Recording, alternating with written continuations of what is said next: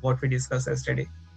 At least what are the points which struck you, or those stayed with you for longer? Can you just share a few of the points? Yeah, certainly. So, uh, we talked about sustainable human development, Right. and we started with the definition of sustainable development and Mhm. what it means for each of us, and where does nature come in at play at any point of time while in the definition and discussion. And also, we talked about what would be the individual agencies and the collective Mhm. agencies. Right. I think that was part of the article, not not the Mhm. discussion, but I could connect with that. Yes, yes, very much. Yeah, yes. Anything else? And, Would you like to add something? Yeah, Shrey, please. and yeah, that's all. Mhm. Yeah. Avani, you want to add something?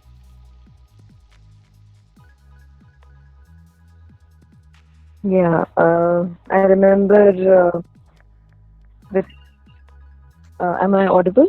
Yes, yes. Hello. Yeah, yeah. You are audible.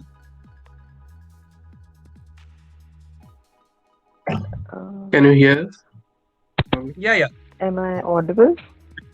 Yes. Yes. Oh, okay. Yeah. So I think there's a lag, but then I'll still continue. Um, Mhm. so yeah. I can hear, but I think there's a lag. Mhm. Okay, I don't think there will be a lag now. So, with respect to sustainable human development, what I remember is that we are trying to uh, think about solving our problems, and then also taking into consideration uh, the future, the coming generations that are going to Mhm. be there, and think about them as well. So it is about Mhm. practicing freedom in our scenario, taking into consideration about their ability to practice freedom as well. And Mhm. with respect to sustainable human development, as you mentioned yesterday, that no matter what are trying to do, it will always be coming down to consumption of natural resources. Mhm. So when we are talking about consumption of natural resources, there is somewhere or the other nature coming into picture. Mhm. And uh, so when we are trying to design something on yeah, on policy level, there will be certain things that will involve management of natural resources.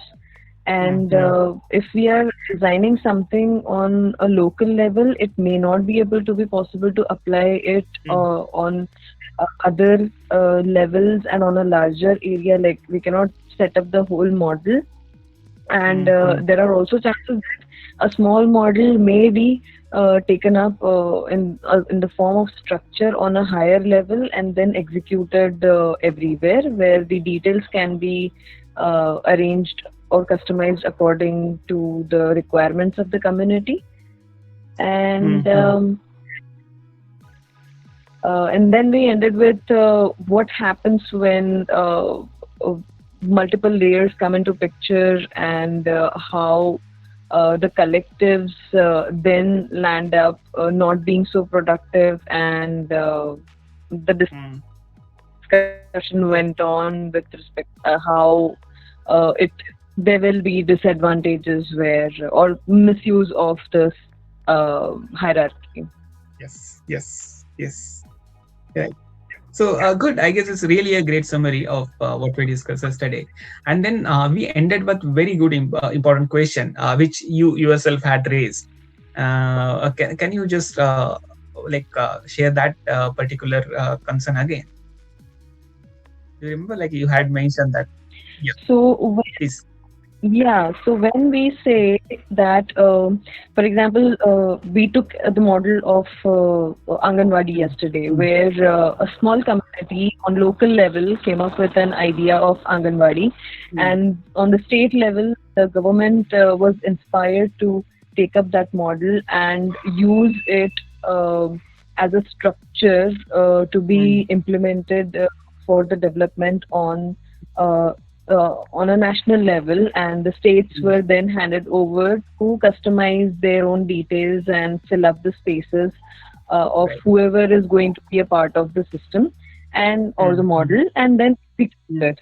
But this is where the hierarchy comes into picture, where there is state, where there is a project manager, and there will be people who will be executing the project of Anganwadi, and then finally the ones who are working at the grassroots level. So when there are these multiple layers coming into picture, the power play comes into play, and there is capital that is invested, and when all of these factors are coming in the scenario, there are complications where the actual work which should have been done is diluted, and the Right. results are not achieved to that.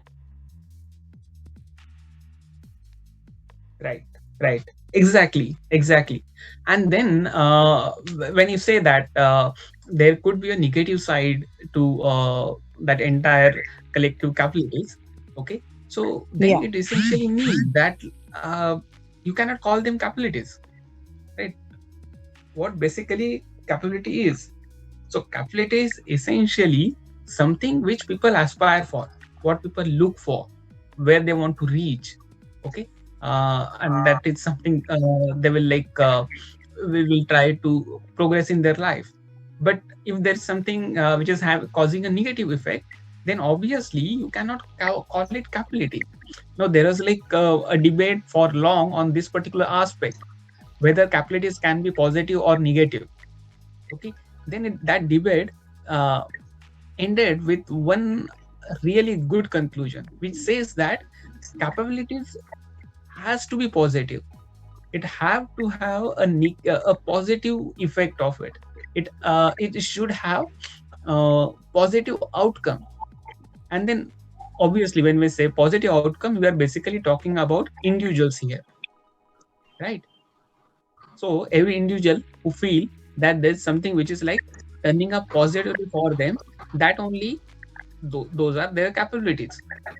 Those are something they were looking for, and then they achieved it. So that we call achieved functioning then, right? Now, the challenge with this collective form is that every individual in the group might not agree with the same definition of good. There could be slight variations here and there. For example, when somebody says that mm, let's say one particular religious group, so they feel that they should so people from that particular religion should connect or deal or transact with individual coming from the same religion.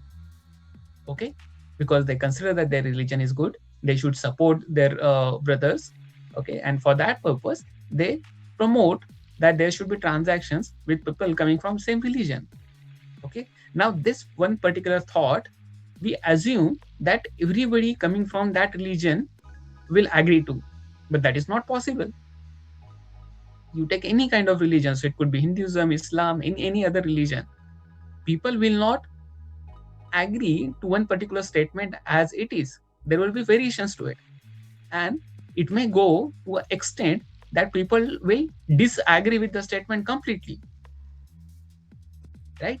So basically, even though we do have group and there are certain ideologies, there are certain thought process, there is a value system of group, there is a attitude of certain group, but that does not mean that every individual will equally subscribe to everything. There will be variations in it.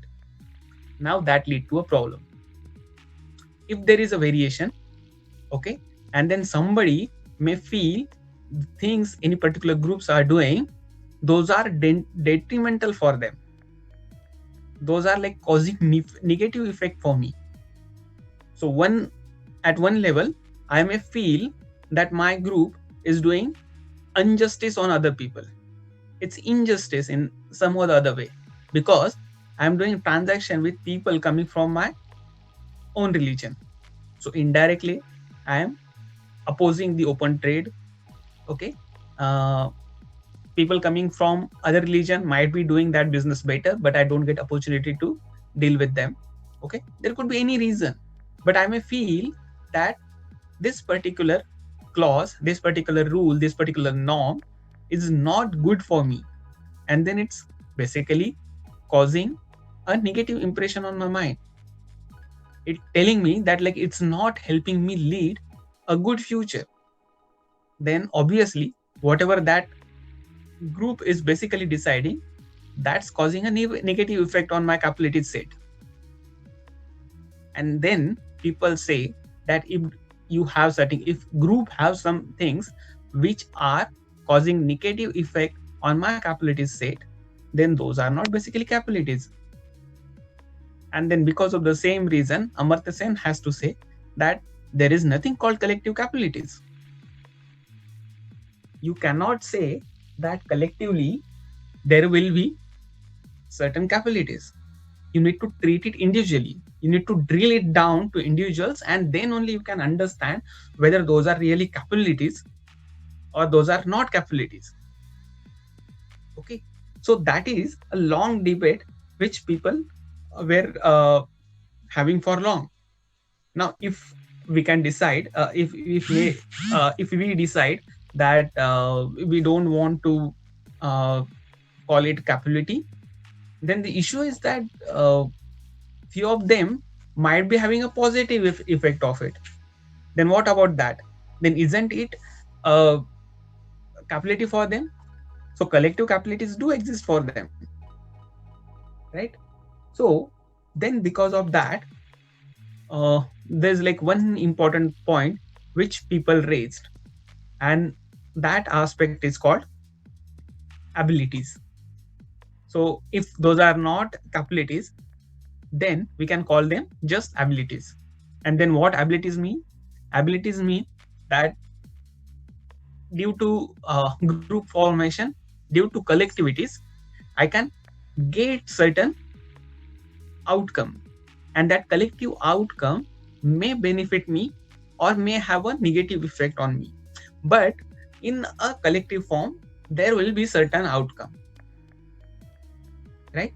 Now, as it can have negative effect, I am not calling it collective capabilities, but I am just calling it collective ability.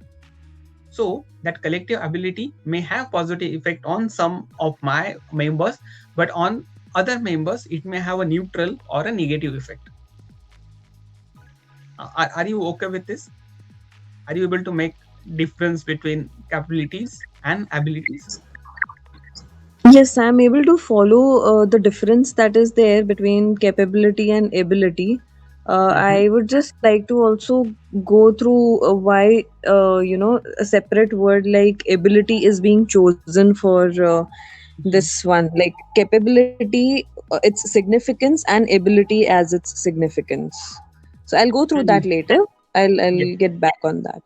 Sure. Yeah. So at least for me, I consider that like capability has a defined connotation which talks about the futuristic aspect which individuals are considering, whereas abilities are just an possibility, just an enabler. Okay, it cannot assure that it will turn into individual capabilities. So basically, that could be the reason that like it's named as abilities. But surely we can just read more about it. Right. Yes. So with defining, after defining this particular difference between collective abilities and collective capabilities, I just want to emphasize that collective abilities are also important, because it will give us some outcome in the collective form, which will be essential some in some or the other way. Okay. You Every individual might not be interested in all the outcomes, but some individual will be interested in some outcomes. At least they will be interested in few of them, right? So ultimately, collective abilities are essential. Those are important. And why are those important? As we discussed during collective capabilities discussion, that these are the capabilities which individual will never be in position to acquire. Those need to be discussed in the collective form. Okay. And then as collective abilities is a term coming out of collective capabilities, then obviously that particular rule is applicable over here as well. Individuals will not be in position to achieve collective abilities individually. They will have to depend on group. So ultimately, individuals need to come together. They will have to form their collectives, and then they will have to they will have to put efforts to achieve collective abilities. Right? And then you must have observed that like whenever we form volunteer group, slowly if you like run that volunteer group for a few days or a few years, then you realize that there are certain groups which are like within that larger volunteer group. You do have subgroups.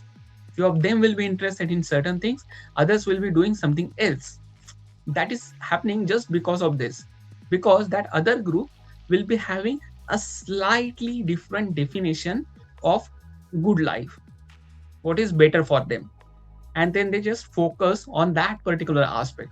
Or you might have seen that if you have a larger group working on for certain organization, then you must have observed that like if you coin any new project, then all individuals might not be interested in that particular project.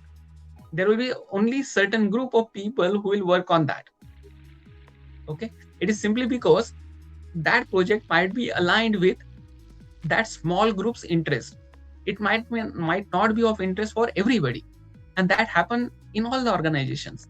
So I consider then collective abilities have a like it's very important when you are designing any project.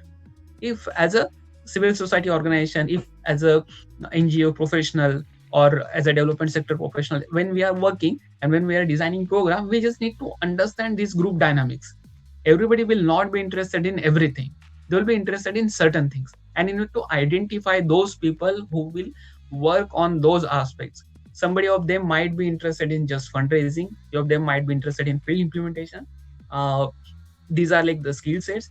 On the knowledge level also there might be segregations. So few of them might be interested in education. Within education, few of them might be just interested in pedagogy, classroom interactions. Few of them will be interested in listening.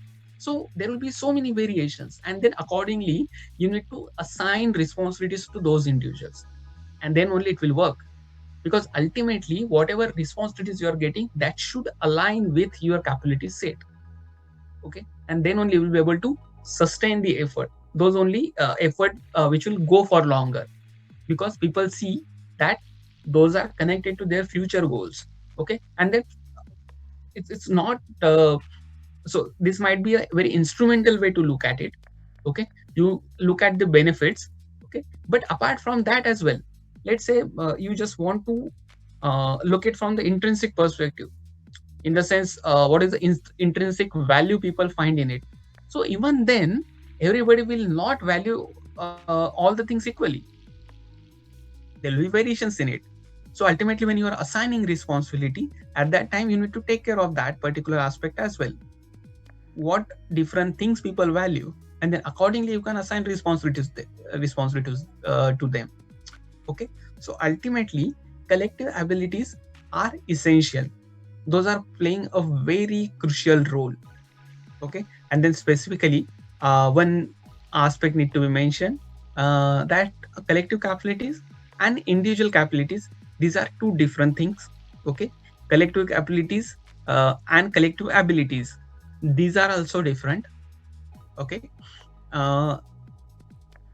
with this I just want to take a pause, and I want to ask you one important question. Can you just give some example for collective ability, for individual human capabilities, and for collective capabilities, so that like we'll have a clarity like what these three different things mean?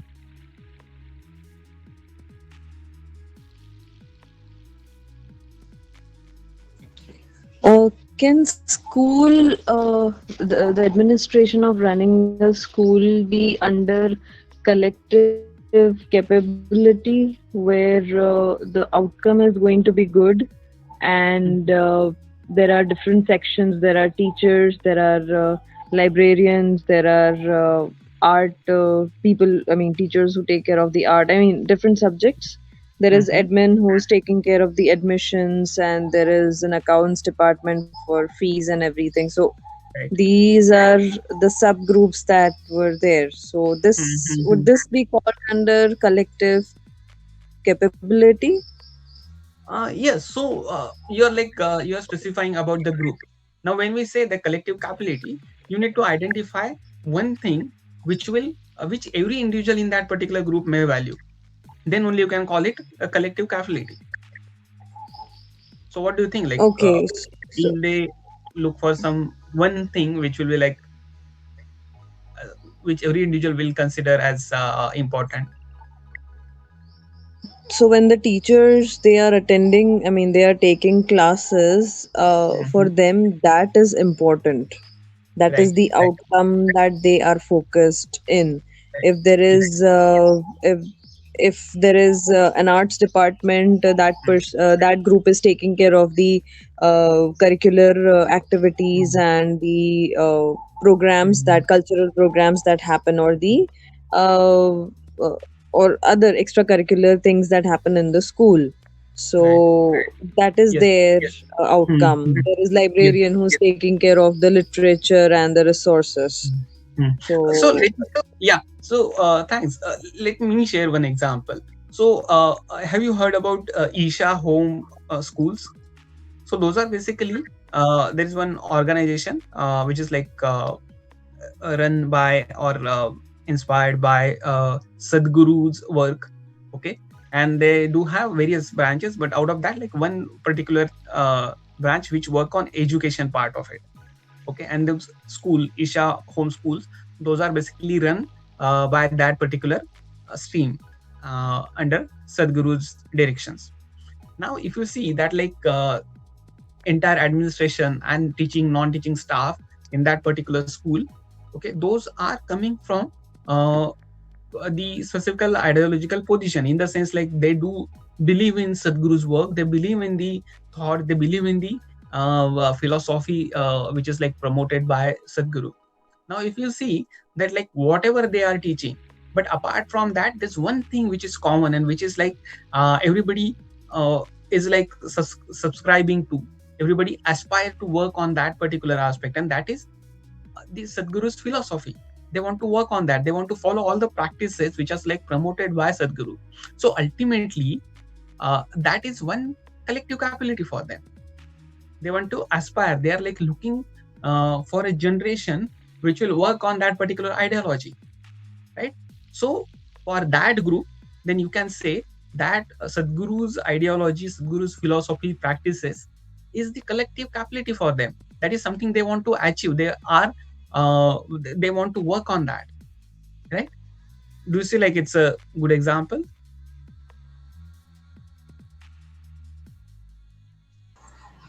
so it is.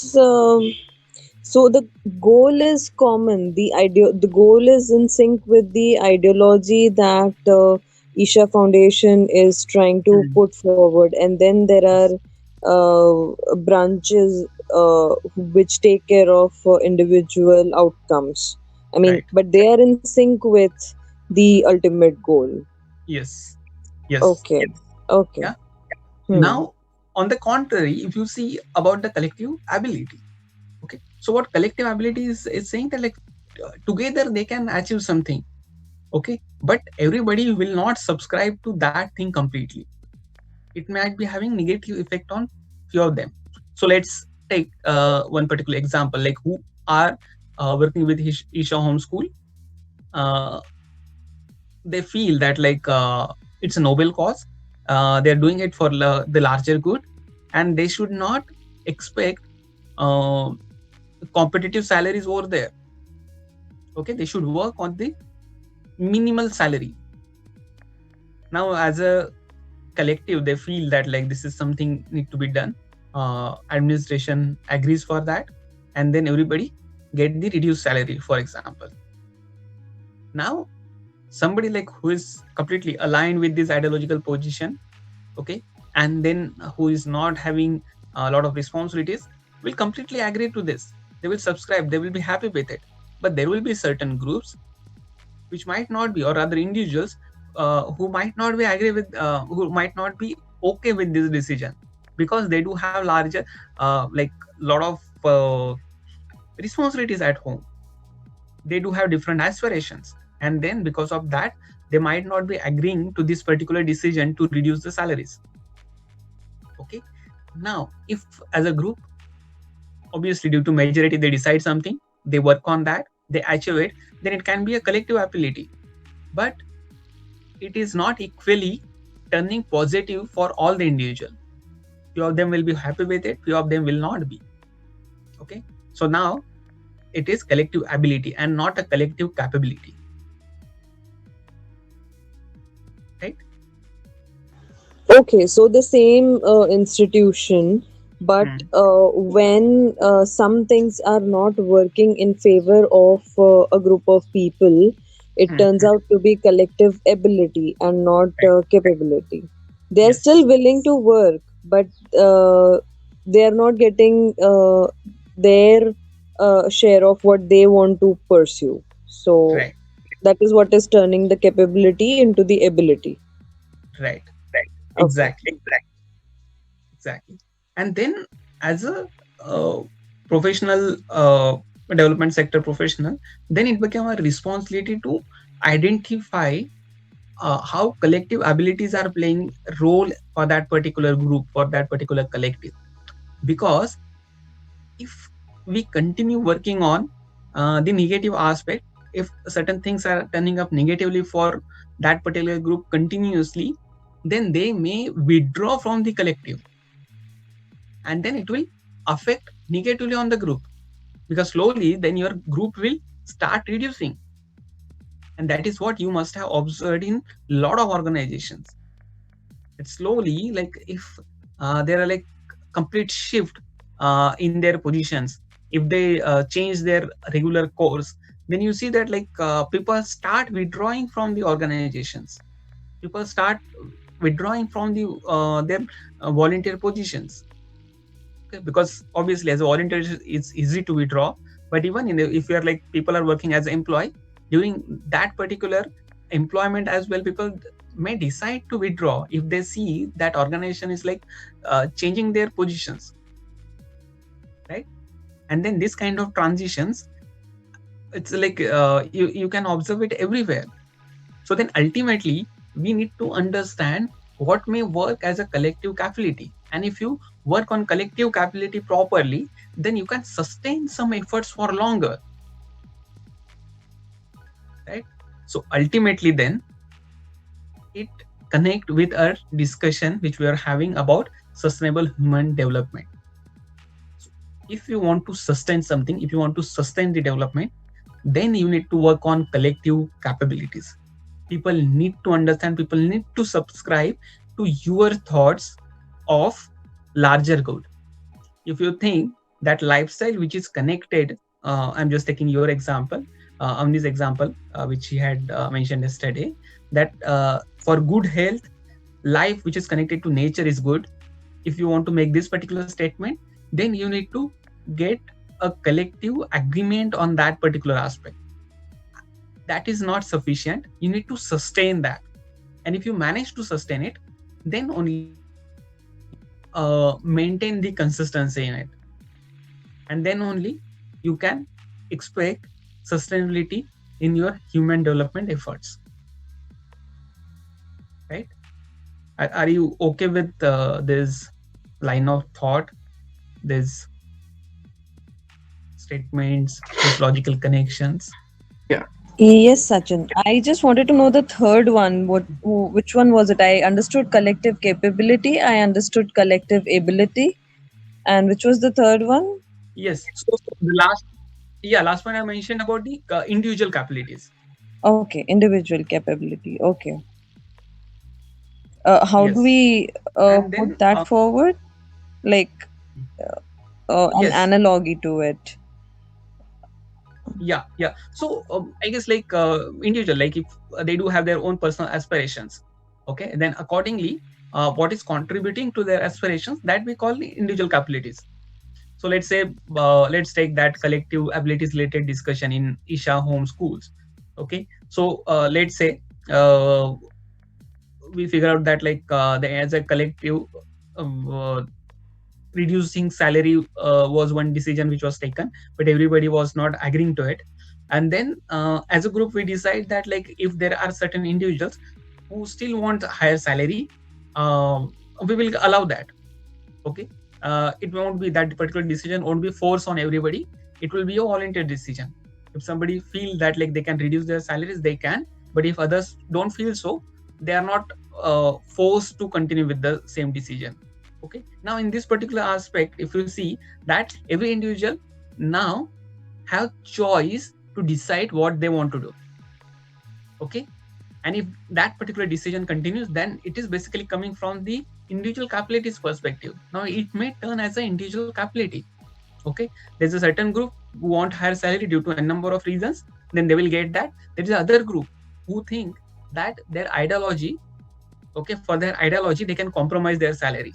And obviously if there is something which is aligned to their thought line, then that is also positively turning up for them, right? So within collectives we are now creating segregations. Now there is no collective decision, it's basically now turning up as an individual decision, right? So every individual is now deciding something. But then And that then is so hypothetical, and yes, it it is is surely so it is. ideal. It is so ideal, Exactly. and then it doesn't turn out that is easy and smooth when a group of people are voluntarily, sort of stepping Exactly. down for the salary, and there are people who want to stick to the higher salaries, and then I can't imagine two groups working in the same organization. Yeah, I know it's very much hypothetical, but yeah, for the sake of discussion, I gave that particular example. And I consider that is the reason that Amartya Sen is like very much against considering something at the collective form. He is saying that ultimately everything is boiling down to individual capabilities. Okay, at the most, like he use an alternative term. He don't use collective capabilities as a term. What he says is socially dependent individual capabilities. So here he is not ignoring the social aspect of it. Obviously, there will be influences. Okay, whatever decisions people are taking, those will be influenced by the world around them. Okay, but ultimately decisions are done at the individual level, and only then those will turn positive or negative. Only then one can understand whether like it's contributing to their aspirations or not. So he avoid that particular Amartya Sen avoid that. It does not mean that he is not using collective capabilities. He used collective capabilities, but that at a very higher level. So he is that like if you are discussing about the larger humanity, you are discussing about some universal facts or universal efforts, then those only can be considered as the collective capabilities. Okay, but others are socially dependent individual capabilities. Hope I could explain the difference. So I Yeah. think when individual capabilities step in, there Mhm. can definitely be differences with respect to the amount of the degree of freedom and the level of choices that a person will have, and that uh, cannot be equal. Like Hmm. it cannot. It comes under the tag of equity. Then it doesn't Hmm. come under equality. Very much. So then, when equity stands up, Hmm. standardization steps down. Yes, I don't yes, have balances anymore. right. I'm running out of balances. Yes. And now, like you raised one important point. Now let's assume that like we're working on equity. So it's basically about like uh, giving what people need. It's basically like not an equal distribution of resources, but like distributing resources as people need. Okay. and there is it's very difficult to understand what are their needs and what are their wants. Somebody may, as we were discussing yesterday, so somebody may just need one chapati, the other may need two. But what if one individual who needs just one chapati, even that individual decide to take two? Now how will you differentiate between this one chapati and two chapati? It's a difficult task, right? And that, if you extend it further, somebody may go beyond that and then decide about their futuristic goal, and then based on that they may collect additional chapati and they may store with them. Then what will do in that situation? That is where a limited amount of resources versus the want to be satisfied, not the need. Again, the need is always, limited in that particular time frame, but the want, it may just go away with so many Right. parts of our psyche. Yeah. Exactly. And for the very same reason, then people say that we need collectives. So collective have one important feature. It can establish equilibrium. It can control people's attitude. If they are doing something wrong, Okay. yeah. So if they come together and they build certain value system, that value system will control these kind of things. And because of that, then people need to come together. They need to have that feeling of being together. You can call it a nationalistic feeling, or you can call it just, if a group is very small, then there could be some feeling which is like just being part of the group. Okay, but people need to be connected. They need to be in the collective form. They need to think in the collective form, and there should be certain value system. Okay, there should be certain norms which will help control the group behavior. Okay, so individualistic behavior will also be controlled and the group behavior will also be controlled. Instead of behaviors, we call it group actions. So to control, to monitor group actions, we need collective form, and that is essential. That is what people are trying to say. So the hierarchy wise, if you see, then individual come first. There could be power structure within individuals. Okay, some individuals might be having more power and then they can draw more. If you want to control that, then you need a collective. So people may restrict their individual wants, okay, their individual aspirations due to group pressure. That is one thing. Assume a second scenario at this particular level. Certain individuals might not be subscribing to the group. Okay, they are like separate, and this group is separate. But this group might create some pressure to control somebody else's behavior. That is normally what we see in the current neoliberal economy. So let's say if something is decided by one particular businessman or one particular group of corporate, then other individuals come together and then they express what they feel. Okay, and then they try to control the scenario, right? So collectives will be in position to control their peers. At the same time, collectives have ability to control other groups or other individuals as well.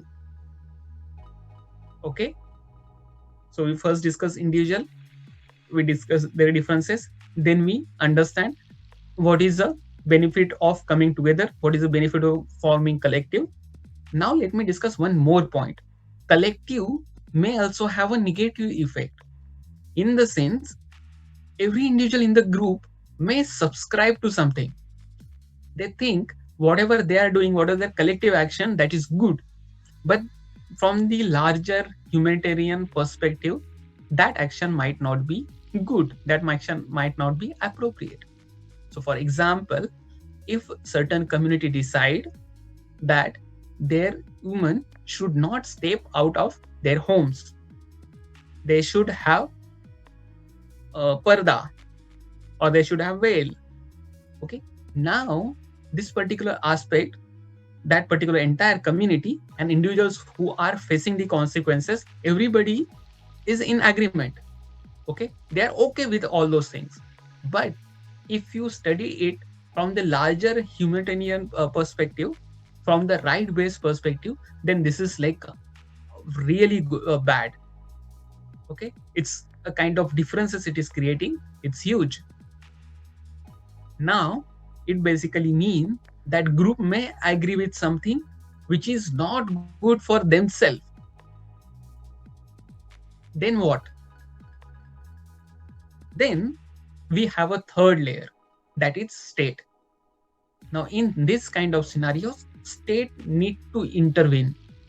State need to use their highest power to control the things. They need to direct legislation to make sure that people can unsubscribe from the group and still they will be able to survive. Okay, so 3 layers: individual, collectives, and then state. People say that state is also one form of collective. So this layer 2 and layer 3 people normally treat together, but for my understanding, I actually treat it different. Yeah. Any thought on this? Are you okay with it? Yeah, I mean, with respect to even state, for me, again, it is collective, and it's like it has more powers, of course, because the legal and everything starts to Yeah. get involved on a higher level, and Right. they have more power, but that does not make them any less than, decision makers with respect to right or wrong on humanitarian perspective. Right. So they also have the ability to take wrong decisions where humanitarian is concerned, and I guess on many fronts that is happening. Yes. So yeah, that is Yes. there. Right. So this thing we already discussed. What like you can see on the screen. This one particular point. So specifically, uh, second line already mentioned. Like this is what Amartya Sen has to say, that he do not call anything as a common collective capability, but he says that like, all those are socially dependent individual capabilities. Second point we just discussed, that is about that group attitudes and the attitudes of individual might be different. Okay, and then because of the very same reason, then collective abilities come in the picture. Okay, so this thing we already discussed. This one particular aspect also we discussed, like why collective abilities are essential from the sustainable development perspective. So this is also one important point we discussed. And then this one point which we were discussing, and then you raised one important point, that like state can also be treated as a larger collective, and then state may also work adversely. Ultimately those are also people. Okay, so it's just not an independent system, it's basically like made up of people who do have their own political position, who have their ideological positions, and then obviously for that purpose they may do a number of things, right? So then if we want to control collectives, for that purpose we're thinking that we will use state.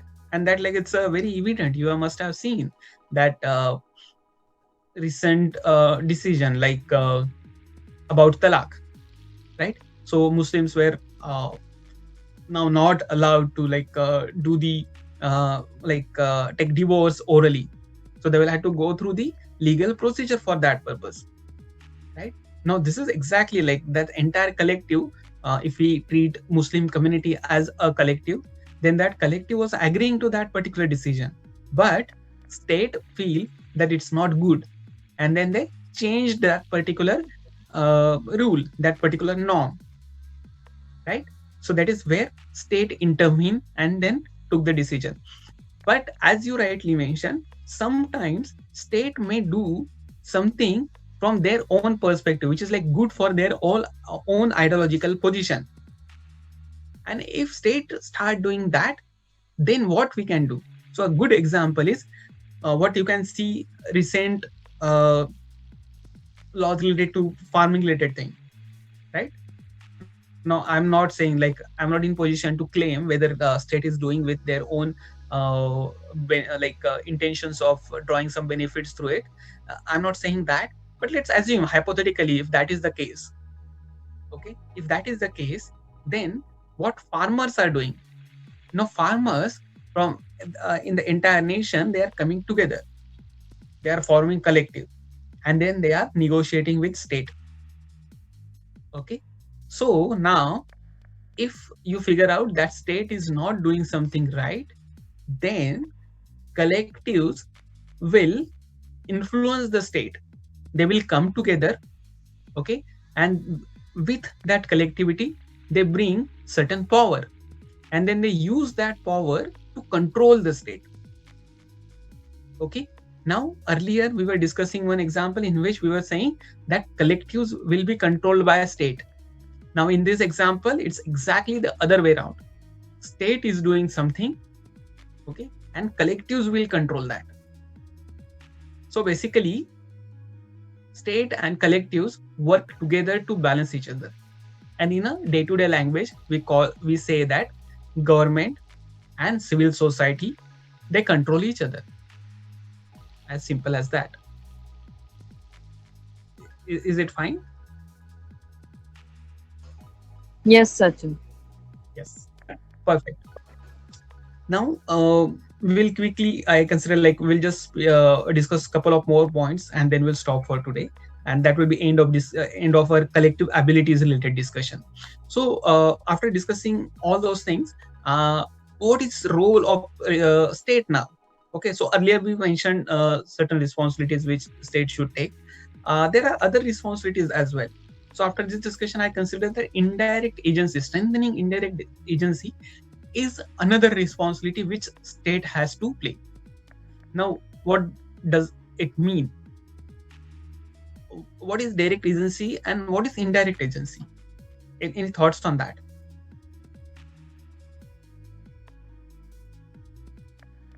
I skipped one slide, so let me just go back to that.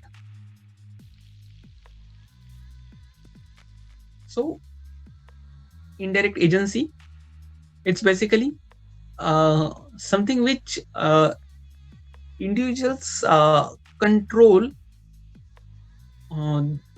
indirectly. So let's say if they are like influencing certain decisions through defined process, and then they are not actually doing something directly, then you call it like an indirect agency. So basically there is a system, there is a mechanism to influence decisions, but not a direct mechanism. Okay, so you basically, what you do, let's assume a scenario in representative democracy. We do have representative at the local level. So it could be my ward representative, it could be representative in the city, and then similarly I do have certain at the assembly level, and I do have somebody at the central level as well. Okay, so through them I just try to present my case. I try to share like what we feel or what I feel as an individual or as a group, right? So that form of agency can be called as an indirect agency. And then basically through that we try to control the scenario. It's an indirect way. So let's say through my representatives, if a certain ruling is getting passed in the parliament, then it's basically because of the indirect agency. Whereas direct agency is something where individuals and group of individuals come together to act directly on something. So as I give example of farmers today, so that is something we can call as a direct agency, right? So people do participate in the decision making process, they influence the decision directly, then we call it direct agency. Is it good enough for differentiation?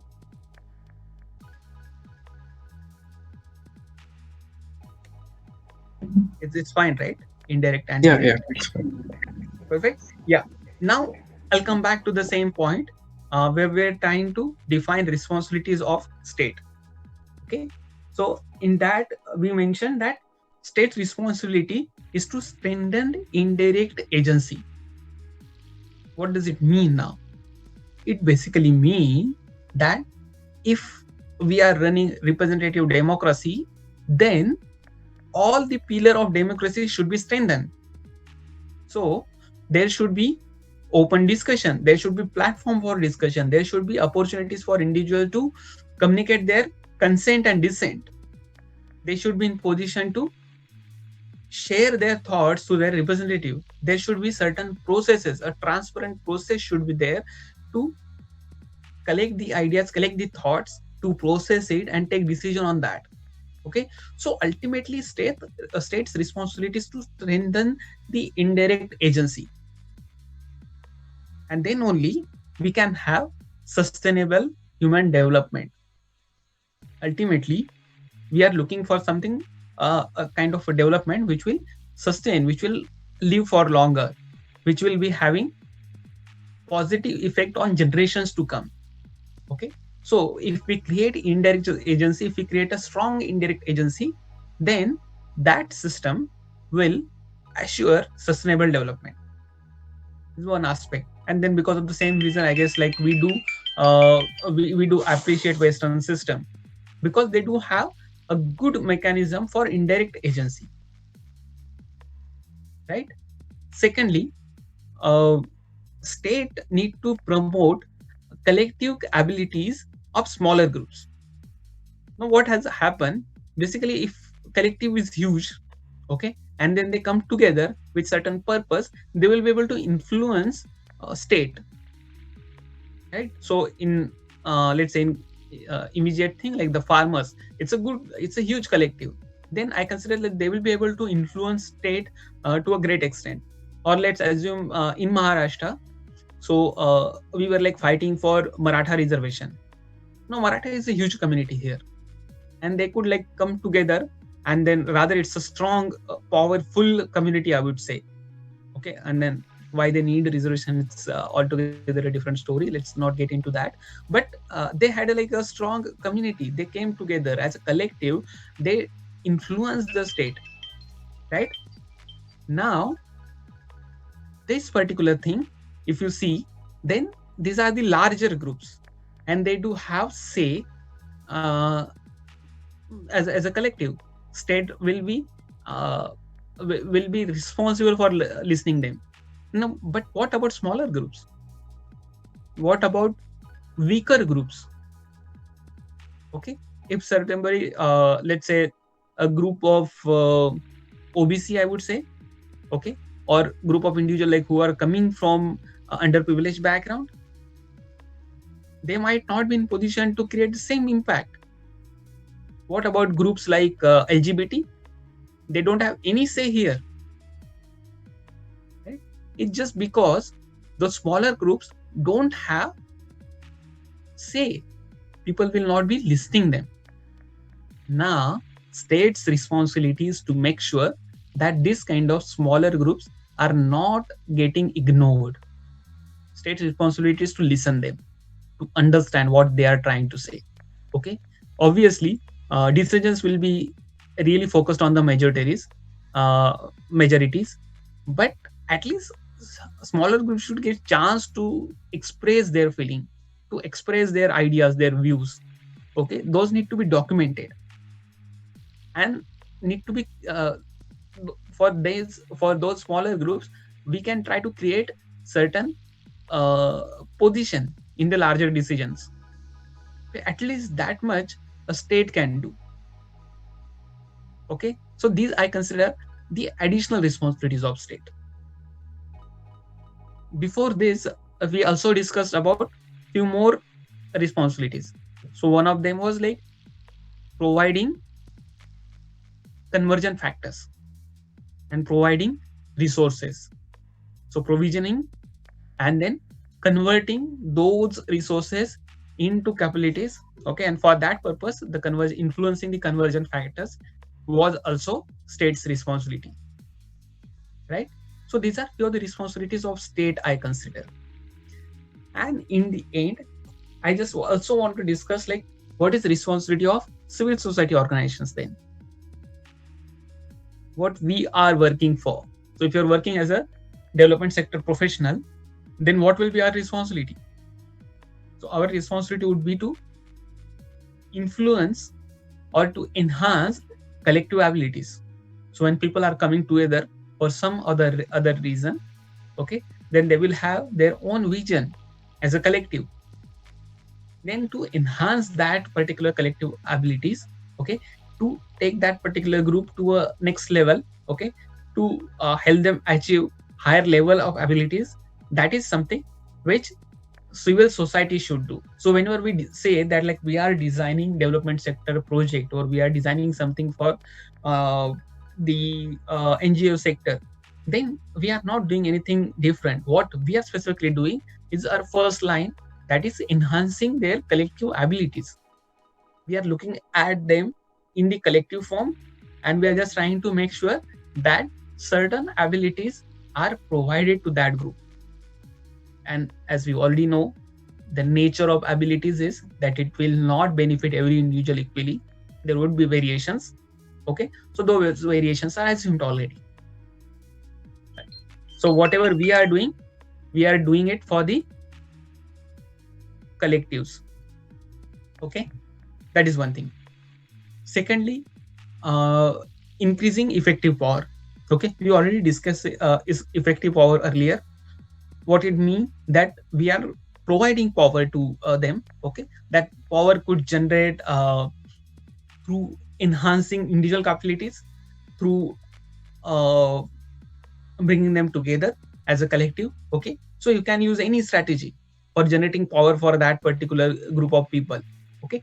But one most important thing, that you are not generating power for the individuals.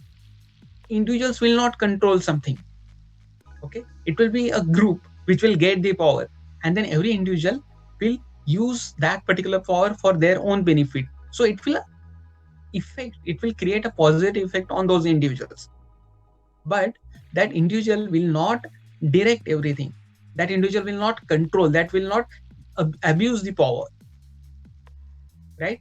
And third important point which we should do as a civil society organization is creating a durable empowerment. What does it mean?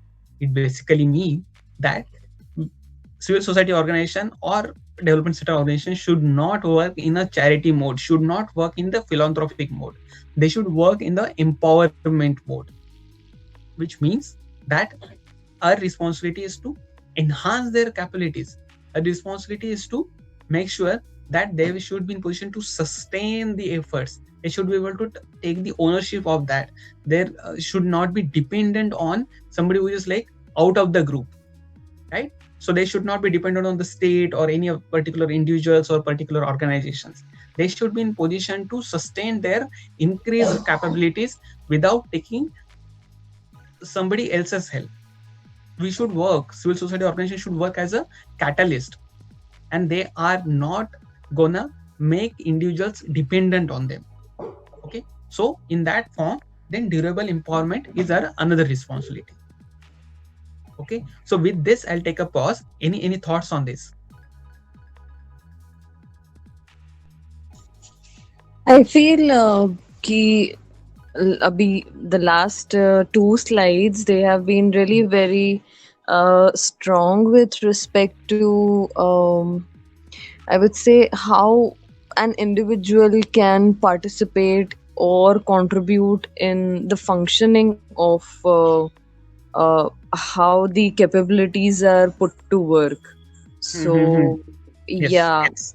and I mean, there are just 2 points in the slide before and 3 points in here. These 5 points, they are extremely impactful, but I mean, they need a lot of I mean, every point has just 2 or 3 words, but when we sit with it, it can take, an hour or 2 hour long discussion, and Yes. it can be talked about, examples can be cited and application on real grassroots level, how it can be done, or even visualizing where certain things need to be applied. Yes. These 5 points, they are extremely impactful with respect to how they are mentioned. Yes. So Yes. it's Very more much on the like. yes, it's absolutely on the active front that is there. Yes. Exactly. And then you are absolutely right. Like even though these are like 1 2 words, but there is like a deeper meaning to it. That is one thing. And then I consider like even if you resolve it on the theoretical level, on a conceptual level, implementation is equally difficult, rather Yes. more difficult, I would say. More difficult, absolutely, Yeah. because all in all, understanding of this, like all of the 5 points, even if we just pick up one of it, Mm, just understanding of that one point is going to be like, it needs to be something that should be internalized, and yes. then it can be sort of seen outside where it needs to be applied, and we can Mm, go out there and do it. yes. Yes. So, Very much. yeah. Yes. Perfect. So I guess we will with this we will stop for today. Okay, and we'll continue our discussion on collective capabilities. But during next session, we'll just try to take it to next level. Today's so for this entire week, our agenda was to discuss collective abilities and to understand and to see that like how does it help in achieving sustainable human development. So I consider like with this we'll stop here and then we will continue discussion during next week. Absolutely, Sachin. Yeah, perfect. Shrey, if you have something to say, otherwise we'll stop. Yeah, I'm good. I'm good. Yes, It good. was a very enlightening session. Yeah. Yes, great. Thank you. Thanks a lot, Shrey. Yes. Okay then. Bye bye. Take care. We'll meet again next Okay. week. Yeah. Take care. Thank you, Thank you. Sachin. Yeah. Bye bye. Bye.